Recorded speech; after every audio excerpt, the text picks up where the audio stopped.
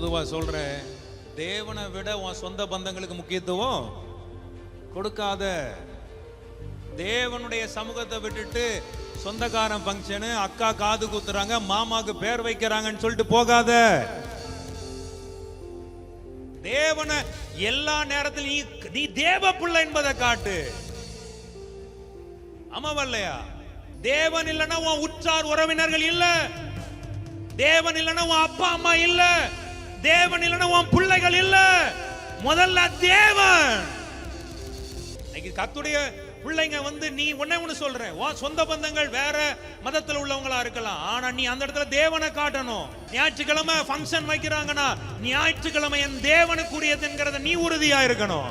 செஞ்சு பார் தேவனுக்காக, வைராக்கியம் பாராட்டிப்பார். அப்பதான் உன் குடும்பம் ரட்சிக்கப்படும். இவன் கர்த்தருடைய ஞாயிற்றுக்கிழமை தேவனுக்காக ஒரு நாள் விட்டு கொடுக்க மாட்டான். அப்படி இருக்கணுங்க தேவ பிள்ளைங்க. நீங்க எல்லாத்தையும் கொடுத்தது அவரு, ஆனா இவங்க அவரை விட்டுட்டு காது குத்த போயிருவாங்க, பேர் வைக்க போயிருவாங்க. சொல்ல மாட்டேங்கிறீங்களே. என்கேஜ்மெண்ட்டுக்கு போயிருவீங்க, வளகாப்புக்கு போயிருவீங்க.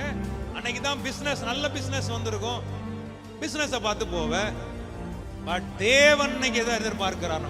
அவருக்காக நீ நிற்கிறியா? என் பிள்ளை என்னிடத்துல வராதா? இந்த சூழ்நிலை அவன் எனக்கா நிற்க மாட்டானா?